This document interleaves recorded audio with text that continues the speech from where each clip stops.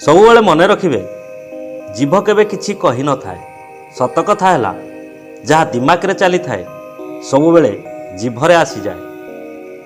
ଦୁନିଆରେ ସମ୍ମାନ ସବୁବେଳେ ସମୟ ଏବଂ ଅବସ୍ଥାନର ହେଇଥାଏ, କିନ୍ତୁ ମଣିଷ ସେହି ସମ୍ମାନକୁ ଭୁଲରେ ନିଜର ଭାବିନିଏ। ନୀରବତା ଜ୍ଞାନୀ ବି ଆଉ ବାଧ୍ୟତାମୂଳକ ବି ହେଇଥାଏ। ନୀରବତା କେବେ ଘନିଷ୍ଠ ବଢ଼ାଏ, ଆଉ କେବେ ଦୂରତା ବି ବଢ଼ାଏ। ଏ ଜୀବନ ବି କେଡ଼େ ଅଜବ ହେଇଥାଏ ନା। ଆପଣ ଯଦି ଖୁସିରେ ରହିବେ, ଲୋକ ଜଳିବେ। ଯଦି ଦୁଃଖରେ ରହିବେ, ଲୋକ ପ୍ରଶ୍ନ ପଚାରିବେ। ଯଦି କାହା ସାଥିରେ ରୁହ, ବିଶ୍ୱାସୀ ହୋଇକି ରୁହ, କାରଣ ଧୋକା ଦେବା ଛୋଟ ଲୋକର ପରିଚୟ ହେଇଥାଏ।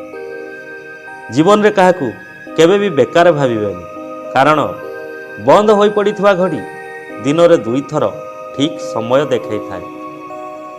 କିଛି କହିବା ପୂର୍ବରୁ ଭାବିବା ଦରକାର, କାହିଁକି ନା କହିଦେଇଥିବା ଶବ୍ଦରେ କେବଳ କ୍ଷମା କରି ହୁଏ, କିନ୍ତୁ କେବେ ଭୁଲି ହେଇନଥାଏ।